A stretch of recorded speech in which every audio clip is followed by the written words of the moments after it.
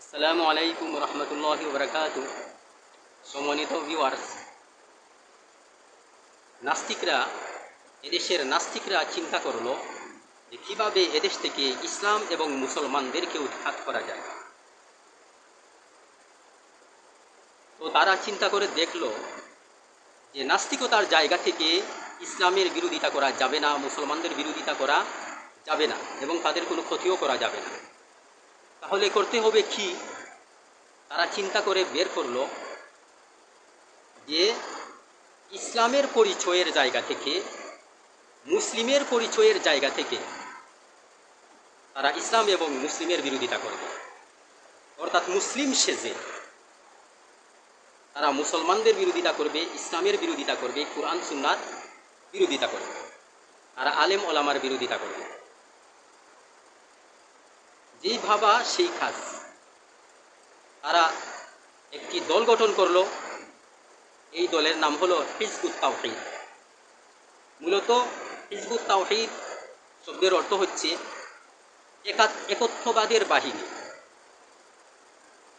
একত্ববাদ বিরোধী এই শক্তি দল তৈরি করলো একত্ববাদের বাহিনী। এই বাহিনীর সামনে আসার পরে মুসলমানরা বড় বিভ্রান্তির শিকার হচ্ছে। অনেক মুসলমান তাদের দলে ইতিমধ্যে ঢুকে গেছে, বিড়ে গেছে, আর অনেকে কিনারা করতে পারছে না যে এরা খারাপ। এদের ব্যাপারে, এদের জন্মের ব্যাপারে, এদের পরিচয়ের ব্যাপারে আমাদের আলেমোলামাদের যা করণীয় তা আমরা করছি না। চুকে পড়ার মতো কিছুই আমরা করছি না। এই জন্য এই ভিডিওটা খুবই ইম্পর্টেন্ট। মূলত নাস্তিক নেতা পান্নার হাত ধরে এই দলটা প্রতিষ্ঠিত হয়েছে। তখন 2010 সাল আমি একটা ভিডিও দেখলাম। এই ভিডিওতে পান্না দাবি করছে যে আসলে দাজ্জাল বলতে কেউ নেই। ইসলামে যে দাজ্জালের কথা বলা হয়েছে, এই দাজ্জাল বলতে কেউ নেই। মূলত পশ্চিমাদের নিত্য নতুন আবিষ্কারের কথা সামনে এনে সে দেখাতে চাচ্ছে যে ইসলামে দাজ্জাল বলতে যাকে বোঝানো হচ্ছে সে আসলে একক কেউ নয়। এই পশ্চিমারাই হচ্ছে মূলত দাজ্জাল, অর্থাৎ ইহুদি খ্রিস্টানরাই হচ্ছে মূলত দাজ্জাল। এই ভিডিওটি দেখে আমি বুঝতে পারলাম যে আসলে এই পান্নাটাই হচ্ছে খতরনাক দাজ্জাল। এই দাজ্জালের খাস কি? এই দাজ্জালের খাস হচ্ছে মানুষকে ধোঁকা দেওয়া। সে দাজ্জালের বিশ্বাসের জায়গা থেকে মুসলমানদেরকে কৌশলে সরিয়ে নিচ্ছে। আর ইহুদ নাসারারা যারা আজও মুসলমান হচ্ছে, কালো হবে।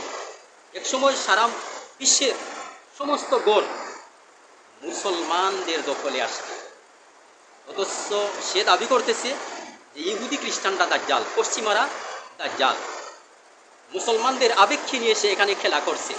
সে একদিকে দেখাতে চাচ্ছে যে পশ্চিমারা দাজ্জাল, আর অন্যদিকে চাতুর্যের সাথে দাজ্জালের প্রতি যে বিশ্বাস, যে একজন দাজ্জাল আসবে, এবং রাসূলুল্লাহ সাল্লাল্লাহু আলাইহি সাল্লাম তার বিস্তারিত বর্ণনা করে গেছেন, এই বিশ্বাস থেকে লোকজনকে সরিয়ে দিচ্ছে।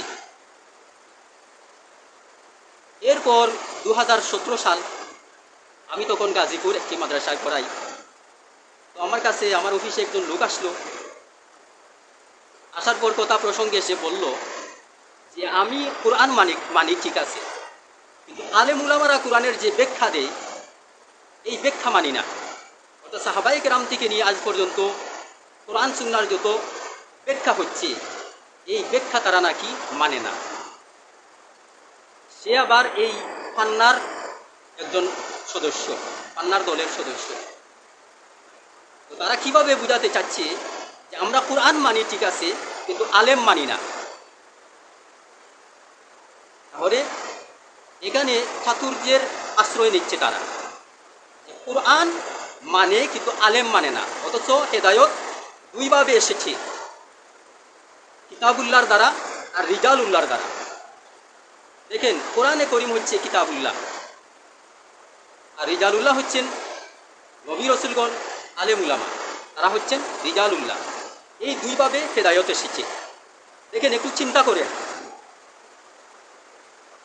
যে বাংলাদেশ থেকে যদি 15 দিনের জন্য বা 1 মাসের জন্য মানা হয় যে বাংলাদেশে কোনো আলেম থাকবে না, কোনো ইমাম থাকবে না, কোনো মুদাররিস থাকবে না, সবাই এ দেশ থেকে চলে যাবে, কিন্তু কোরআন সুন্নাহ অবশ্যই দেশে থাকবে। তাহলে আপনি চিন্তা করেন যে কোরআন সুন্নাহ থাকা সত্ত্বেও, কোরআন সুন্নাহ আমাদের গড়ে থাকা সত্ত্বেও আলেম ওলামা ছাড়া এই দেশে 15 দিনও ইসলাম টিকবে না।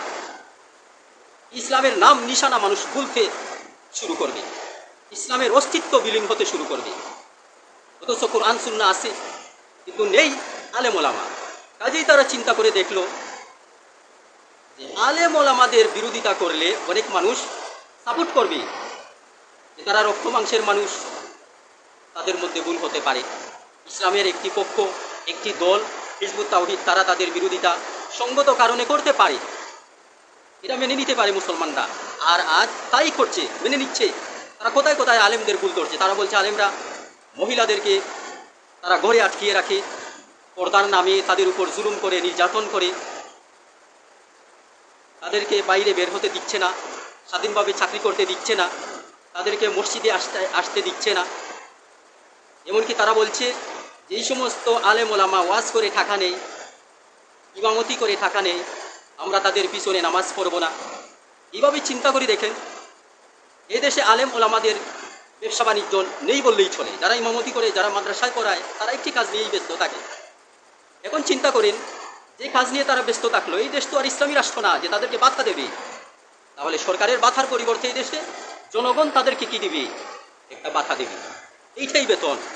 কিন্তু এই বেতনটা যদি তারা না নেয়, তাহলে তারা কি করতে পারবে না? এই দেশে ইমামতি করতে পারবে না, মাদ্রাসায় পড়াইতে পারবে না, ইসলামের কাজ করতে পারবে না। তারা যে কোনো একটা পেশায় নিয়োজিত হতে হবে। আর এটাই হিজবুত তাওহীদের লাভ। তারা চাচ্ছে ইসলামী অঙ্গন থেকে এই আলেমরা পলায়ন করুক, এই আলেমরা জনগণ থেকে বিচ্ছিন্ন হোক, তাহলেই কোরআন সুন্নাহ থাকবে, কিন্তু ইসলাম থাকবে না। এই ষড়যন্ত্রে তারা মেতে উঠেছে। এই জন্য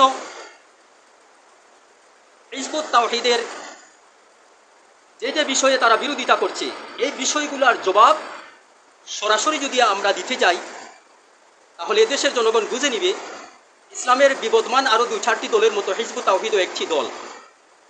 কাজেই আমরা তাদের যে প্রশ্ন, যে আপত্তিগুলো, এইগুলোর জবাব দিতে যাব না, বরং আমরা তাদের জন্মের কথা মানুষের সামনে ধরে তুলব যে এরা নাস্তিকদের একটা দল, এরা নাস্তিক, ইসলাম এবং মুসলমানদের সর্বনাশ করার জন্য, দুরাখর্ষণ করার জন্য এদের জন্ম হয়েছে।